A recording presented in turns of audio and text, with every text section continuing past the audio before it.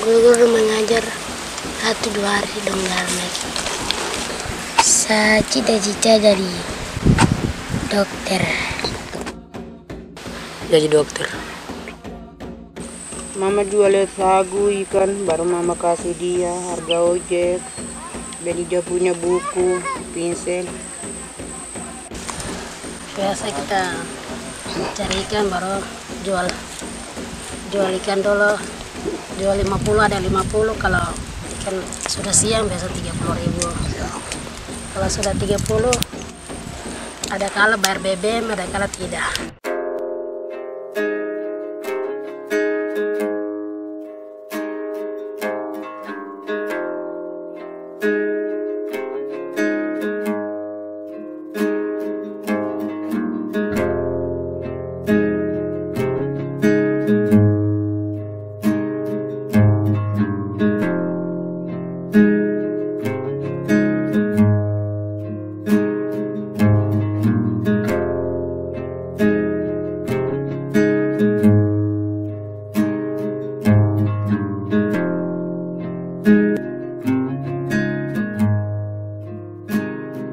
Di balik hutan belantara, dibentangi sungai yang buas dan mengancam. Di antara perairan dan hamparan rawa yang luas, masih tersimpan rahasia alam dan misteri hidup manusia Yakai.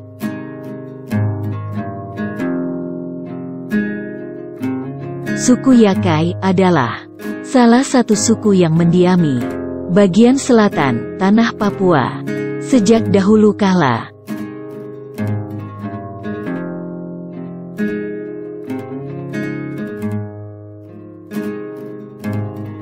Tradisi mengail dan menjala ikan di rawa dan perairan adalah fenomena eksotis dan khas, dan hanya dijumpai di daerah selatan tanah Papua.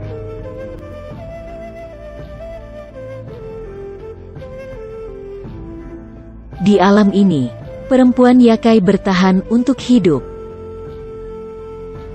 Di rawa dan perairan ini, perempuan Yakai berjuang untuk mempertahankan eksistensi keluarganya.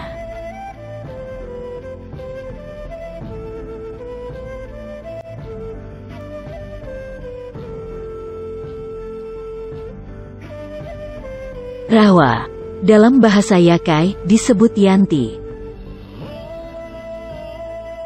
Yanti ibarat perempuan yang selalu mendandani dirinya agar terlihat indah, menawan, memikat setiap mata yang memandang. Yanti atau rawa menyimpan sejuta nikmat dan beragam harta warisan bagi anak cucu.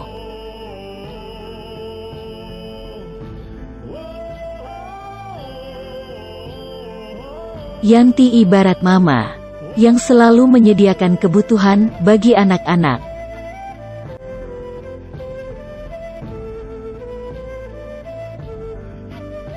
Yanti adalah rumah, tempat berteduhnya beberapa spesies ikan.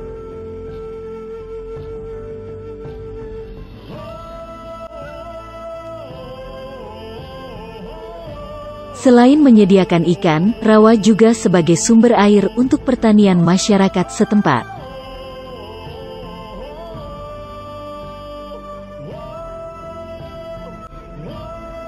Perempuan Yakai tak pernah galau jika tak punya beras.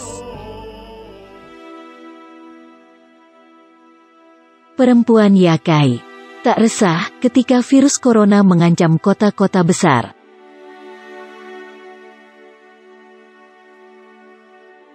Perempuan Yakai memanfaatkan apapun yang disediakan alam untuk memenuhi kebutuhan pangan hari-hari.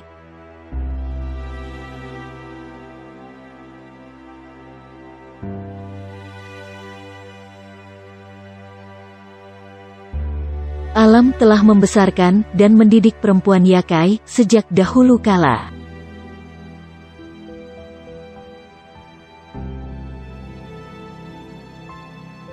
Perempuan Yakai memiliki peran penting dalam lingkup budaya suku Yakai.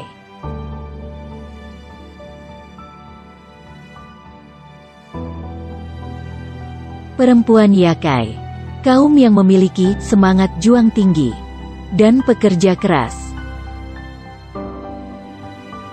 Mereka sering dijuluki sebagai kaum yang tak mudah menyerah dalam menafkahi rumah tangga. Mama cari makan buat saya makan, terus mama biasa cuci pakaian sapunya dengan sapu bapak. Terus mama saya kerja itu kebun, orang beli sayur, mama kasih saya 1.000, uang 5.000, batas 5.000 saja. Terus mama suruh saya mau cuci pakaian, saya harus ikut mama, bantu mama. Terus saya ini anak tidak melawan.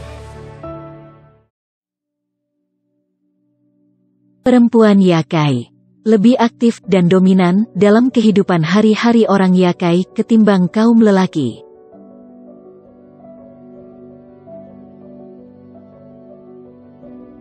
Aktivitas mencari di rawa dan perairan tak hanya dilakukan mama-mama saja. Anak-anak Yakai sudah mewarisi tradisi memancing, menjaring ikan, bahkan berburu.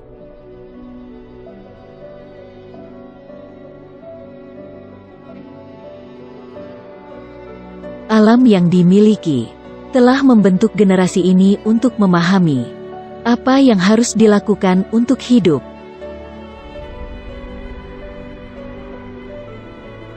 Sekolah dengan banyak keterbatasan tidak membuat mereka menyerah. Saat tak ada guru di kampung halaman, adalah waktu yang tepat bagi mereka untuk mencari tambahan biaya sekolah. Cari buat kebutuhan mereka, beli buku, bolpen, itu betul fakta yang kami bisa ini kasih tahu. Terus yang sekarang ini pengumpulan pasir dan batu itu, saya sering tanya, kenapa harus bantu bapak mama sengaja kan? Tidak, karena kami tidak ada buku, tidak ada bolpen, terus sepatu, tidak ada celana, baju, kebutuhan anak-anak kan masing-masing dia sampaikan. Jadi biar silakan bantu orang tua supaya dapat beli buku, bolpen.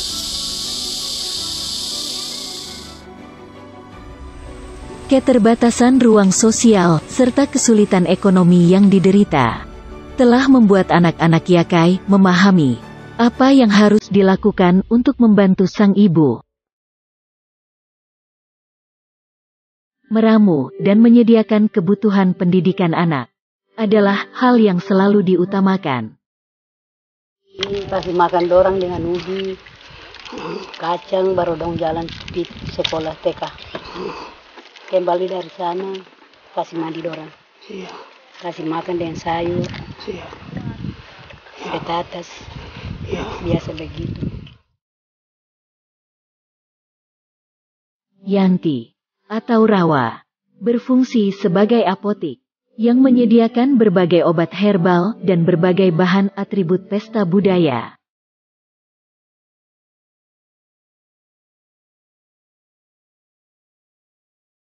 Rawa Yanti, bagi perempuan Yakai adalah salah satu mahakarya sang pencipta yang patut dijaga dan dilestari untuk kesejahteraan.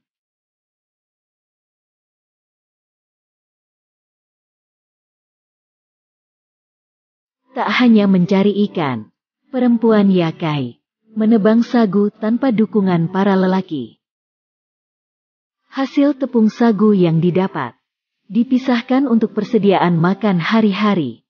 Sebagian lagi dijual untuk kebutuhan rumah tangga dan kebutuhan pendidikan anak. Adik yang di SMK ini kemarin dia sudah ke kampung, ketemu di tikungan. Oh, kita lihat begini, bapak mama lihat, oh kita pun ada datang pagi-pagi, otot dengan dayo. Dia mulai bilang, mama, bapak mama saya sudah datang kemari. Aduh sayang, ini bapak mama datang mau bawa kupu sagu ini. Sudah mama, bapak mama jalan, jadikan uang sudah. Itu yang tadi pagi nih, adik ini. Jadi mama punya adik-adik sudah, yang kuliah ini dua. SMA 1. SMA 1. Tambah adik nona ini yang tadi pagi ini. SMP 1. Jadi 5 ini. 2 yang tua ya kuliah. Kedua kuliah. 2 ini juga SMK. Jadi agak cukup sulit. Berat. Begitu. Bila musim hujan datang, itu bertanda berkat. Perempuan Yakai akan menyediakan kebutuhan makan untuk jangka waktu yang tak tentu. Sebaliknya, bila musim kemarau datang, itu bertanda bencana. Kawasan ini akan mengalami kekeringan, hingga tak ada rawa dan air. Suhu akan semakin panas, dan rentan terjadi kebakaran.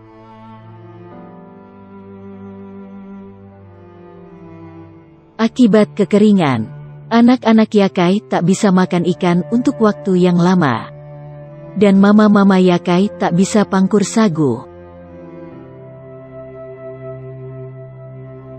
Mama-mama Yakai tak bisa ke kota untuk berjualan atau belanja. Masyarakat Yakai tak bisa ke dusun-dusun yang jauh. Anak-anak sekolah lanjutan tak bisa pergi ke KEPI untuk mendapat pendidikan.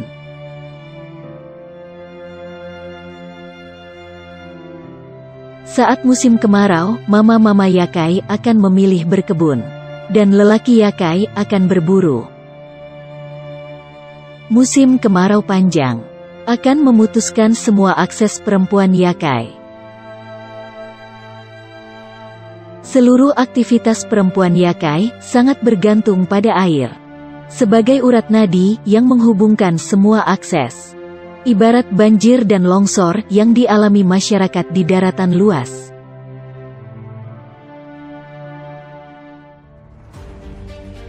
Hadirnya Kabupaten Mapi telah perhadapkan perempuan Yakai pada dinamika sosial ekonomi gaya baru. Wajah berwujud kapitalis telah merambah ruang hidup, menyedot perhatian perempuan Yakai untuk meraup keuntungan semata tanpa belas kasih. Meski berpacu lebih keras, namun kenyataan ini semakin tak terhindar lagi.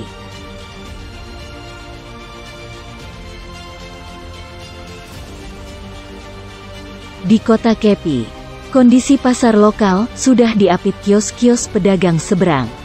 Sementara di pasar umum, konsumen yang peminat makanan lokal sangat minim ketimbang bahan makanan impor. Hasil pangan lokal, seperti sagu, ubi-ubian, sayuran, dan ikan, hanya dibeli oleh masyarakat lokal atau masyarakat Papua dari luar Mapi. Sementara, masyarakat non-Papua sangat sedikit yang berminat. Kalau kita mau beli dong punya seandainya baju, celana pasti 100.000, 150 kita beli. Celana sampai celana mani pun 20.000 kita beli, 15.000 kita beli. Pakaian anak-anak juga kita beli 30, 40, 80.000. Kita mampu masyarakat, kita beli dong punya barang-barang yang di kios. Apa belangan, piring, semua harga di atas. Sendok makan pun. Pokoknya namanya barang-barang yang di situ. Kalau orang mau beli kita mau makan, maaf saja. Lihat saja habis itu dia pulang. Nanti dia bilang itu mahal. Macam uang jualan tidak cukup. Kita kasih adik-adik tidak cukup, ya sudah yang lain kita bawa pulang. Rupa uang atau tidak, ikan sisa kasar saya bawa pulang untuk adik-adik di KEPI. Selain sagu, potensi kebun yang cukup menjanjikan adalah perkebunan karet dan buah-buahan.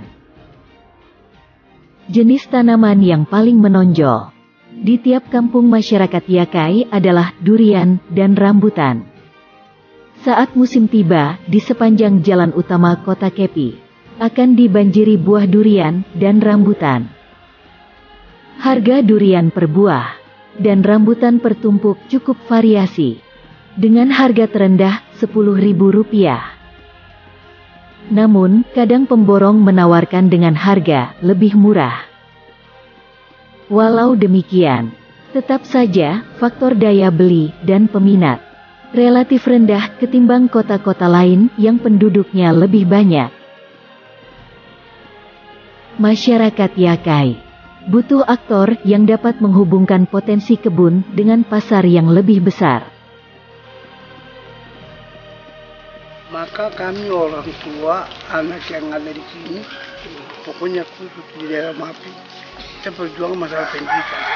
Kita punya tanaman itu siap, tanaman palawuja dan lainnya, tinggal macam ada tanaman, penada siapa, kepi sama saja Bapak. Ada yang beli dengan tadi Bapak bilang toh, beli dengan 5.000, beli dengan 10.000, kan di cabang juga tempat langka di daerah timur, daerah sampai di Yawi Kimo orang tuh sampai jual babi orang tuh sampai Yawi Kimo, Kabupaten Yawi Kimo, mereka sampai petakan. Dia sudah, saya bilang masyarakat apa yang ada sudah, biar kita sedikit dapat jual sedikit, jual kita mati di bumi, kita dapat sedikit, kita beli garam peti sudah, mungkin simpan sedikit merah, bunga merah kita simpan sedikit, anak minta kirim. Dinamika lain yang menyedihkan adalah harga barang impor di Kepi sangat ditentukan berdasarkan keadaan perairan. Jika air surut akibat kemarau atau banjir akibat hujan di hulu, harga barang akan naik mencapai 1 hingga 3 kali lipat. Naiknya harga BBM memicu naiknya harga barang di Kabupaten Mapi, termasuk ongkos perahu motor. Jika keadaan normal, harga barang dan jasa transportasi akan stabil. Rata-rata harga barang di Mapi tak jauh beda dengan Merauke, Timika, dan Jayapura.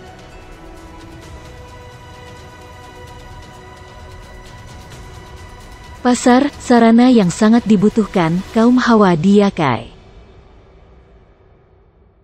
Melalui akses pasar yang memadahi, perempuan Yakai memiliki kesempatan berjualan dan memenuhi berbagai kebutuhan rumah tangga.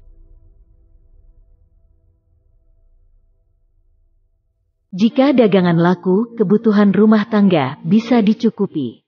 Kebutuhan pendidikan anak dapat disediakan. Namun, terkadang mama-mama Yakai pulang dengan tangan hampa. Kemauan keras anak-anak sekolah lanjutan harus tertunda hingga beberapa hari. Bahkan banyak dari mereka kandas di tengah jalan dan menjalani hari-hari sebagai kurir bangunan, kurir bongkar muat di pelabuhan, di toko-toko dan kios, dan yang lain memilih kembali ke habitat, meramu dan berburu.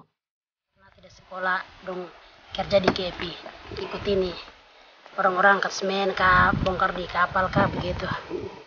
Baru besok dong sekolah lagi, bisa beli beras kah, beras bungkus atau beras berkarung baru bisa sekolah.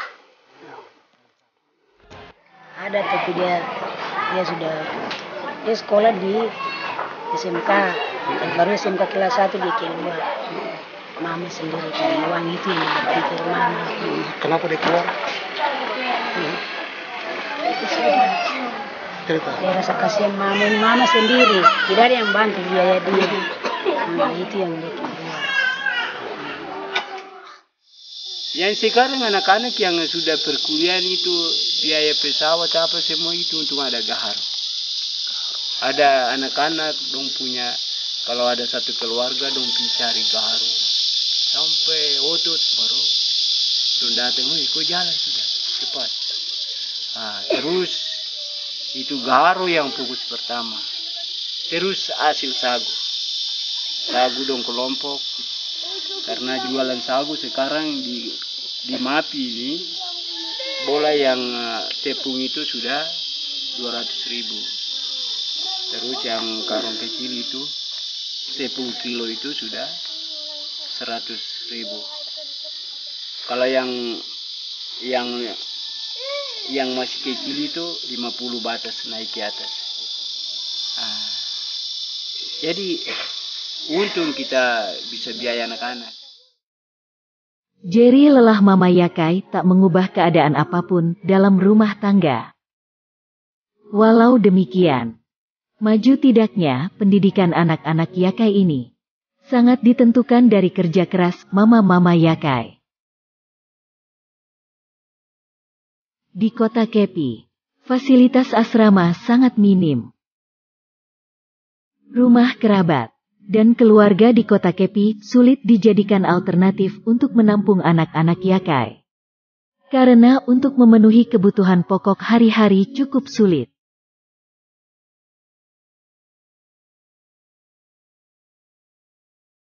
Lemahnya kapasitas pemerintah dan aparat kampung dalam mengelola anggaran kampung turut melumpuhkan posisi perempuan Yakai untuk eksis dalam ekonomi rumah tangga.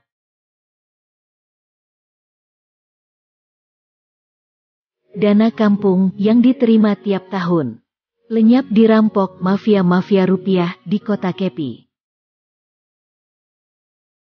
Para mafia akan datang setiap ada pencairan dana kampung dengan dalil utang piutang. Katanya pinjam 10 juta, kembali 20 juta. Pinjam 50 juta, kembali 100 juta. Itu. Bapak Bamuskam sudah tahu, kita kan satu lembaga tahu itu uang. Terpaksa mau bawa pulang ke masyarakat. Masyarakat jadi bakal lagi di kampung. Uang mana? Tidak, pedagang dia suami. Siapa punya hutang? Itu. Akhirnya masyarakat jadi kos. Sesungguhnya, apa yang disepakati antara kepala kampung dan para mafia, sehingga hak perempuan Yakai dan anak sekolah harus terabaikan dari tahun ke tahun. Dana dari pusat percuma dia turun itu miliar-miliar. Itu. Jadi bukan masyarakat yang makan, masyarakat jadi penonton. Itu. Pedagang dong ikut kepala kampung itu.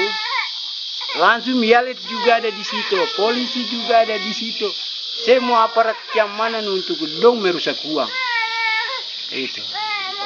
Saya sendiri ditodong. Saya bilang kembali uang program. Waktu itu dia 9 tahun 2019.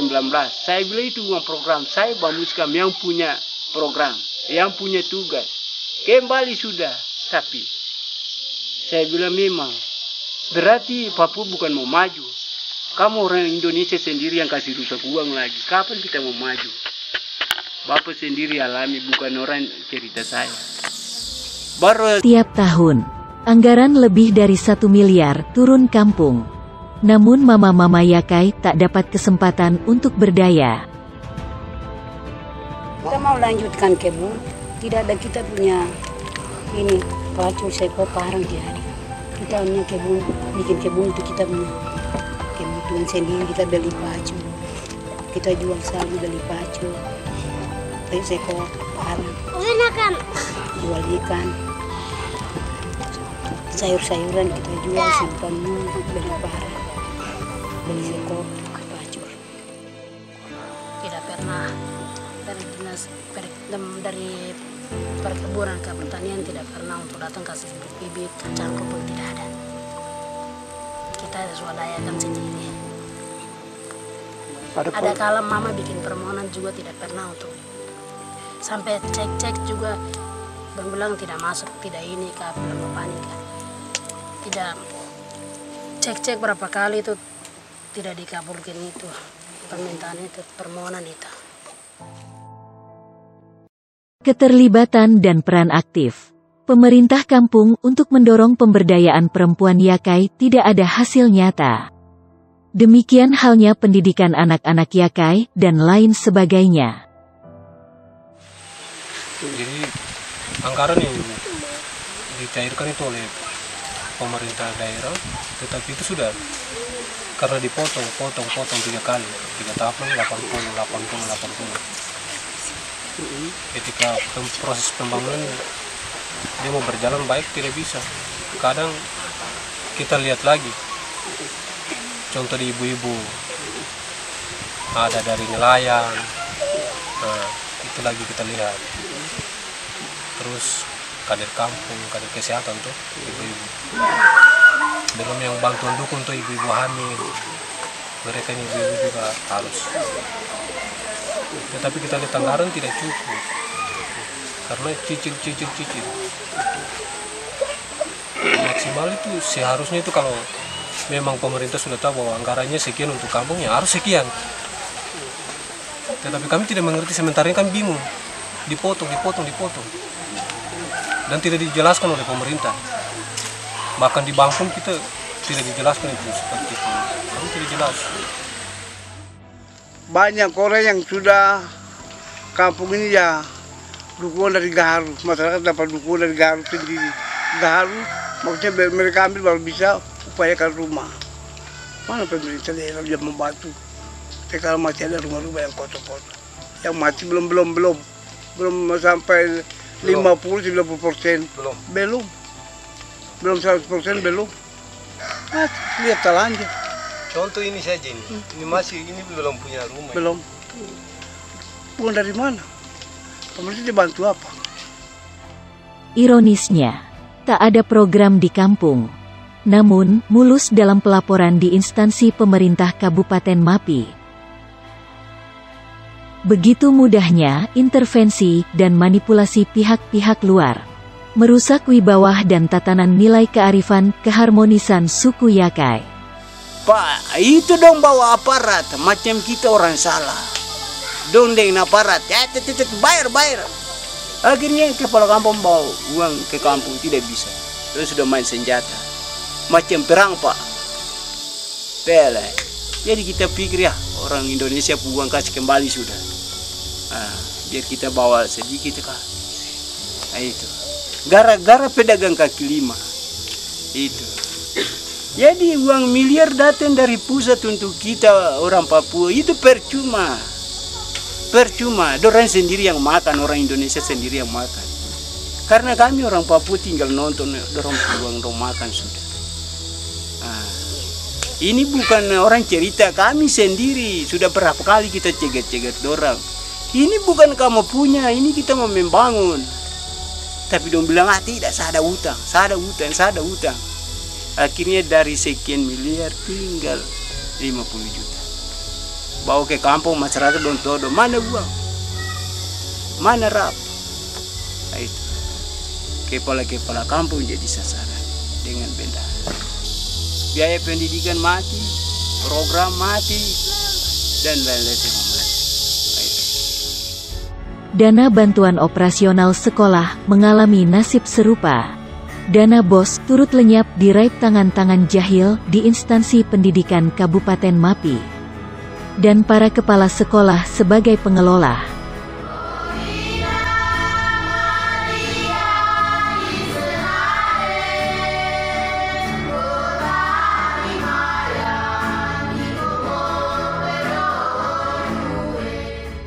Itu memang jelas, karena penggunaan dana sekarang di sekolah itu dilihat seperti awal saya cerita itu tidak mencukupi. Dia hanya datangkan uang sekolah, lembaga tersebut punya uang itu hanya untuk kepala sekolah, sehingga anak-anak kita korban.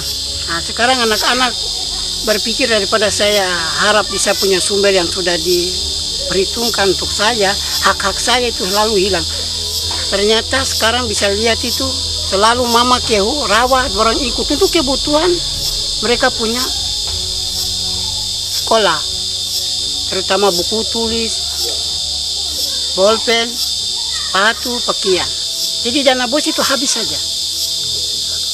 Iya, dana BOS itu hanya habis dihabiskan hanya untuk di dalam rumah, di dalam dinas pendidikan Kabupaten Mapi itu dari kepala sampai bawah. Yang menyangkut badan-badan keuangan itu yang biasa pakai. Bekerja sama dengan kepala sekolah sama seperti di Bapak. Ini kronologis yang kami. Dulu anak-anak yang dari dana desa yang dibilang respek memang dia jalan. Ya, biaya sekolah.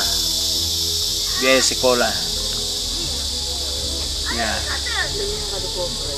Biaya sekolah dari respek dia potong masing-masing anak, karena anak-anak ada yang kuliah kita potong, terus yang SD kita beli dengan seragam. Kalau SMA kita tanya, kamu mau seragam kah atau kamu beli sendiri? Itu respek punya. Tapi yang dana ADD sekarang tidak ada bantuan lagi untuk anak-anak perkuliahan. Dengan anak SMA, tambah guru-guru PAUD, tambah guru-guru honor. Sudah banyak anak-anak Yakai dilantarkan. Mereka terpaksa putus sekolah dan jadi pengangguran.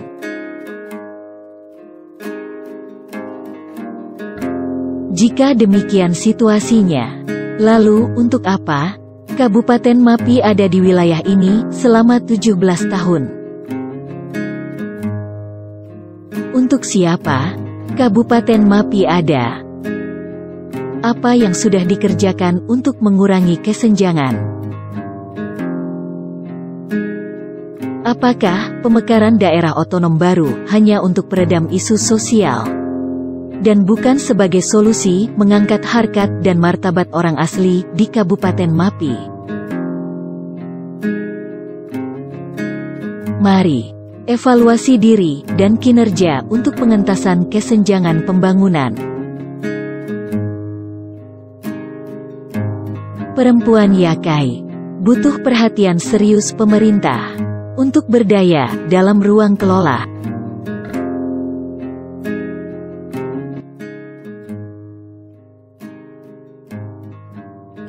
Sebenarnya film ini dibuat sebenarnya kita ingin menunjukkan sisi hebatnya perempuan Yakai sebenarnya, karena mereka perempuan yang cukup tangguh, terlatih oleh alam. Nah, mereka itu cukup menguasai sekali dalam melakukan aktivitas sehari-hari, khusus di perairan atau di rawa. Kemudian mereka juga punya sisi yang hebat dalam hubungannya dengan bagaimana melakukan aktivitas di dusun sagu. Nah, mereka itu perempuan Yakai itu ya dapat melakukan pekerjaan itu tanpa dukungan atau ya peran yang dilakukan secara bersama dengan para bapak-bapak gitu. Nah, artinya kita ingin melihat menunjukkan ini bukan untuk menciptakan diskriminasi, tapi menonjolkan atau ingin menunjukkan sisi perempuan Yakai yang memang kadang-kadang kita mengatakan perempuan itu lemah, tapi ternyata perempuan Yakai secara khusus ini dia termasuk yang melakukan peran lebih banyak dalam aktivitas untuk mendukung ekonomi keluarga untuk kebutuhan rumah tangga mereka. Masih sebenarnya sangat membutuhkan sekali dukungan semua pihak untuk memperkuat masyarakat, memberikan dukungan terhadap masyarakat untuk bisa lebih maksimal dalam mengelola potensi sumber daya alam mereka.